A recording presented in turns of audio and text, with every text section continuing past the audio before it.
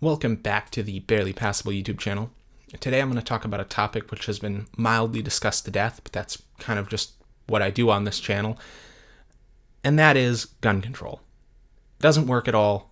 It's basically garbage, but politicians and Joe Biden still tend to push it. Joe Biden recently promised to pass an assault weapons ban again because the first one was so effective. So I want to go over in my opinion, the 3 points that basically debunk gun control. First being criminals, if they're going to commit crimes, are going to buy guns anyways. The idea that somehow a law is going to prevent someone from buying a firearm or buying a certain type of firearm is completely illogical. If someone's going to do something evil and wrong, they're going to buy a firearm even if it's illegal. They're not going to care. The second point is that most gun control, really all gun control, is based on completely arbitrary rules.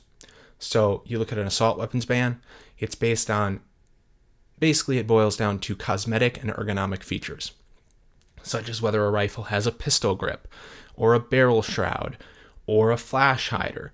So despite the list of features being basically completely arbitrary and having no effect on the lethality of the firearm, they're still used to determine its legality. It's not a logical way to determine whether something should be legal or not. Same thing goes for magazine capacity limits. Whether it's 10 rounds or 8 rounds or 5 rounds, it's just an arbitrary number. Doesn't really matter where you stop it. Some states have 15 round limits, some 10. There's not really any logic to it. It's just a number. Doesn't really make any sense. Even if you want to make the argument that having certain features makes a firearm more deadly, which is somewhat debatable, you still run into the issue of basically saying that if a firearm is effective, it should be illegal. Doesn't really make a lot of sense. If you're buying a tool for self-defense, whether it be from other individuals, foreign governments, or your own government, you would want the most effective tool for the job. It would be like saying that knives can only be so sharp before they become illegal, or you can have pepper spray to defend yourself, but it has to be watered down. Last but not least is that the entire category of prohibited purchasers is pretty illogical.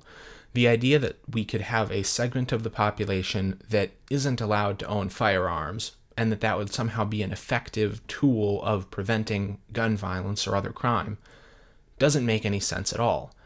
If you're discomforted by the thought of a certain individual getting a gun, but you give them their freedom, you're basically giving them access to guns. If you give them freedom, that is infinitely more dangerous, whether they choose to commit crimes with an illegally purchased or illegally built firearm, or whether they just use a different tool altogether. As I said, you're giving them an infinitely more dangerous tool in their freedom.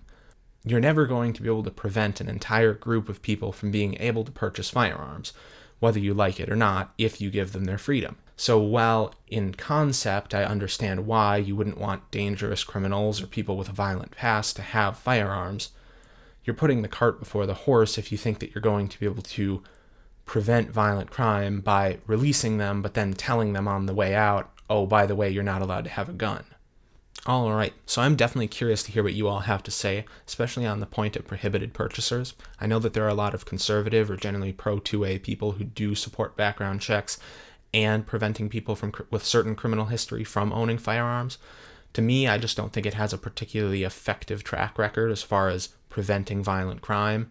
I think it more so is a policy that sounds good up front but doesn't really work in the long run. But let me know what you think. Also, are there any other gun control measures that you feel are effective, or certain types of firearms that you feel shouldn't be allowed in civilian ownership? Let me know. Be happy to discuss it.